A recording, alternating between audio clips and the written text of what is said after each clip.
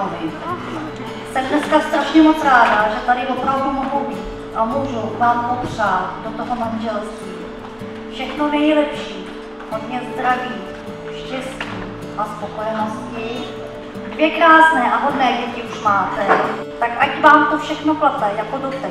Jste perfektní pár, všechno zvládáte a tak nadále, ať se vám všechno daří. Tak na vaše zdraví, prostě na vás, do konce života.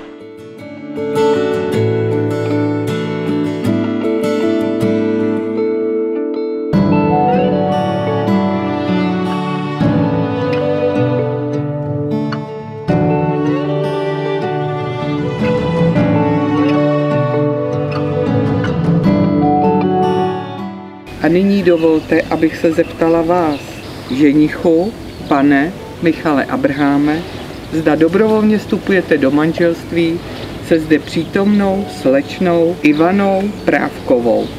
Ano. Děkuji. Nyní se táží vás, nevěsto, slečno Ivana Správková, zda dobrovolně vstupujete do manželství se zde přítomným panem Michalem Abrahámem. Ano.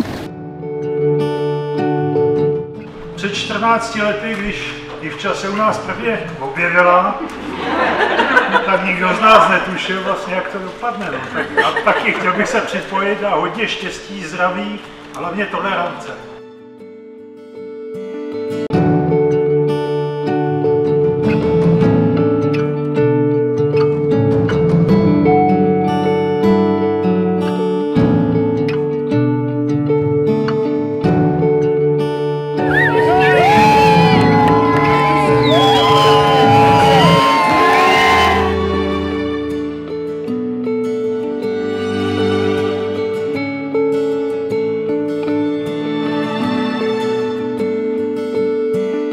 Musíš to roztáhnout, to lepítko.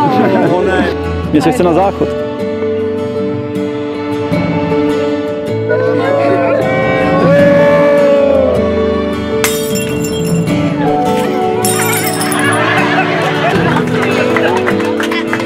Já bych chtěl všem poděkovat za to, že jste dnes přišli, že jste s námi a teď už si měl společně přijít.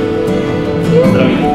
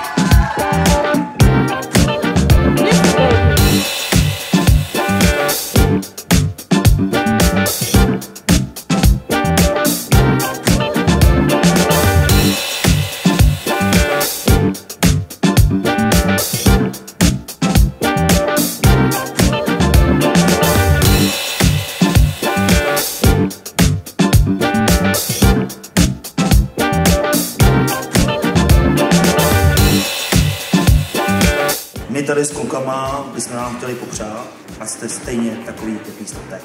Ať se neměníte.